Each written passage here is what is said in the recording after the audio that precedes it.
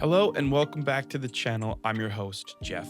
And today we're looking at 5 self-care mistakes even mental health workers make and how to fix them. Over the last 5 years of working in peer support, training peer support workers, and making mental wellness content like this, I've noticed that even the most supportive, most grounded people, whether they're working in the mental health field or not, they tend to fall into the same traps without even realizing it. So in this video, we're going to break down the 5 most common mistakes that I see. And I'm even going to give you a few ways that you can maybe potentially, hopefully avoid these traps. And no, you don't have to be a frontline worker or a mental health professional to fall into or avoid these mistakes. So let's dive in. Number 1, only doing the work when you're at work or when you're supporting someone. If you spend any of your day supporting others, it can be easy to overlook yourself. You might assume that because you're surrounded by and sharing mental wellness stories or having mental wellness conversations, you're automatically processing your own stuff as well as somebody else's. But emotionally, self-awareness doesn't happen through exposure. It needs intention as well. Something that I notice a lot of is when I'm supporting someone else, I often become resentful to the mental health and mental support tools. It's almost like I'm just going through the motions. Not only is the person that I'm supporting not getting the full effect, but it's also slightly damaging to my own psyche as to what I believe is helping and not helping. So here's something that you can do, and here's something that I do. Try scheduling 5 to 10 minutes of your day just for you. Once you kind of get the hang of 5 to 10 minutes, you can extend this to 20 minutes, 30 minutes. I often take an hour in the morning. But what you'll do is you'll schedule this time and you'll ask yourself, what am I feeling right now? And most importantly, what do I need? As I mentioned, start with 5 or 10 minutes. It doesn't have to be anything huge. It doesn't have to be a massive journaling session. Just maybe take a break, take a walk around the block, just take a coffee break. Just sit and ask yourself this simple question. As I said, you can build up to more time later. You can schedule more routine, add it to your morning routine, your night routine, anything like that. But for now, you're just trying to get into the habit of asking yourself those 2 questions. And this can look any way you want it to. Sometimes I will make voice notes. I might listen to the voice note back to myself later. Really quickly, I can easily delete it. Sometimes I'll jot this down on the back of a napkin. I'm a chronic journaler, so I always have journals on me. And oftentimes, I don't even need to do any of that. I can just ask myself and sit with myself and ask the question. But again, getting into the habit and getting into that practice, that's what's going to build the momentum so that you can later take that and maybe turn it into something bigger, or maybe you don't need anything bigger. This is exactly what you need. The second biggest mistake that I see is skipping the basics: sleep, food, water, boundaries. A common misconception and a trap that I fell into pretty bad is working in mental health or supporting others doesn't make you immune to the basics. It can actually make it way easier to forget. You might find yourself encouraging someone to take breaks, meanwhile you're answering emails at midnight, or you're reminding someone to eat while yourself you're running on caffeine and granola bars. This is a perfect example why doing the exercise in number 1 can help. If all of these things kind of sound familiar to you, it might be a sign that you need to get back to a routine, or even just back to becoming unaware of the habits that you're building. Getting back to the basics, it can be grounding, and especially when life is kind of going fast and you're trying to manage the support of someone else while maybe missing the support of yourself. When I find myself in this mode, something that I try to do is be regimented in my schedule. A big one for me is having a nighttime routine. I always try to do a little bit of tracking or maybe like a brain dump journaling exercise and just get everything that's left over in my mind out onto the paper so that I'm not carrying that with me into my sleep. It's really hard to say things like eat more regularly, eat healthier, and sleep better because everybody is different.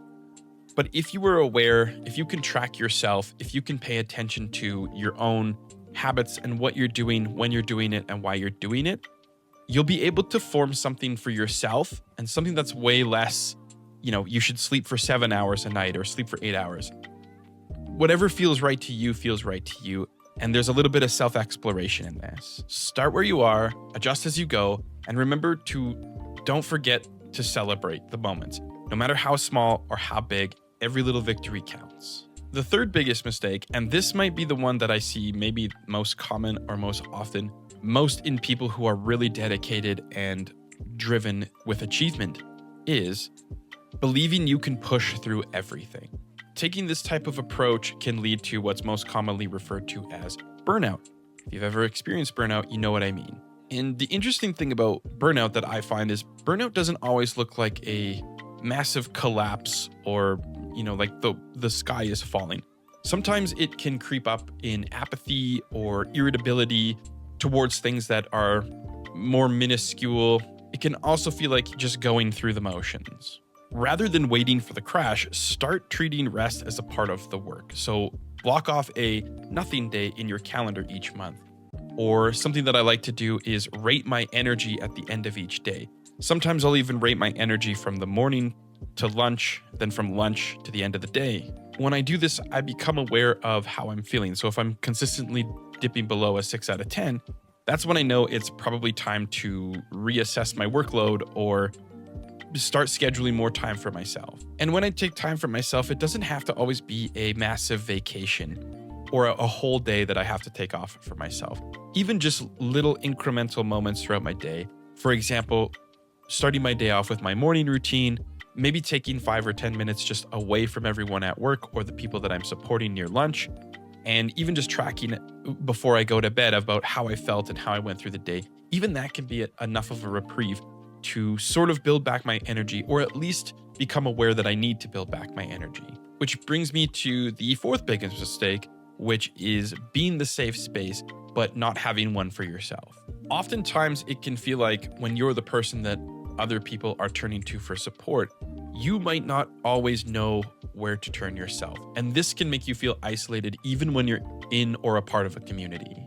So something that I do, or something that I come up with, is I will identify the types of support. And there's 3 different kinds that I identify with.